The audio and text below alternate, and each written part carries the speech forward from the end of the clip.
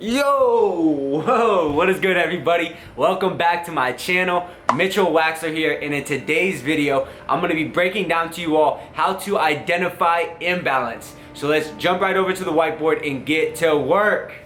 All right, so let's jump right in. Where is the imbalance? How can I identify the imbalance? Well, first know this, imbalance is also known as insignificant price action.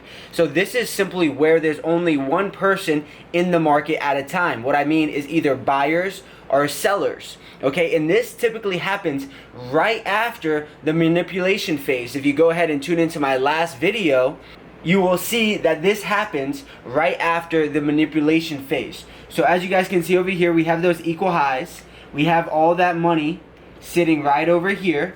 Then we had that up candle before the down move. Okay, so smart money is buying right here in this candle. And what are they doing? They're buying up to take the money. Right after they take all the money, they're pressing sell right here, and they're pushing the market down. So let's say they dropped a whole bunch of lots right here. They're gonna double and triple the amount of lots they dropped for the buy right here for the sell. Okay, so they're buying before they sell, and when they sell, they are dropping so much money at once that the market's gonna move so quickly. Okay, and what you guys need to identify and notice is where there's no buyers in the market, and it's pretty simple to identify.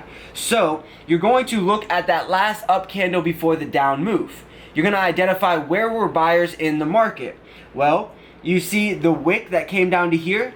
Well, the market moved all the way down to here, which created that wick, and then buyers pushed the market back up to the upside. Okay, and then we had this big candle that pushed the market down. It created this wick down over here, which means buyers were in the market right here, and they pushed it up to here. Okay, then we had that next candle. This next candle, buyers pushed the market up to here, and then they pushed it right back down. So what that means is, in this candlestick, there was an area where only sellers were in the market. There were no buyers in the market. How do we know that? Because there was no wicks or any buying movement. Okay? So where exactly is the imbalance? Well, imbalance is always created off of big candlesticks. So point out and identify big candlesticks, big movements. Then simply look at the candlestick before and the candlestick after. So if we look at this candlestick right before, we notice the wick went down to here. Okay, take that wick and draw it into the future because buyers were in there. But it went down because of sellers, and then went up right because of buyers. Then we look at the candlestick right after the big candlestick. We notice that buyers pushed the market up to here. Let's take the top of that wick and draw that into that future.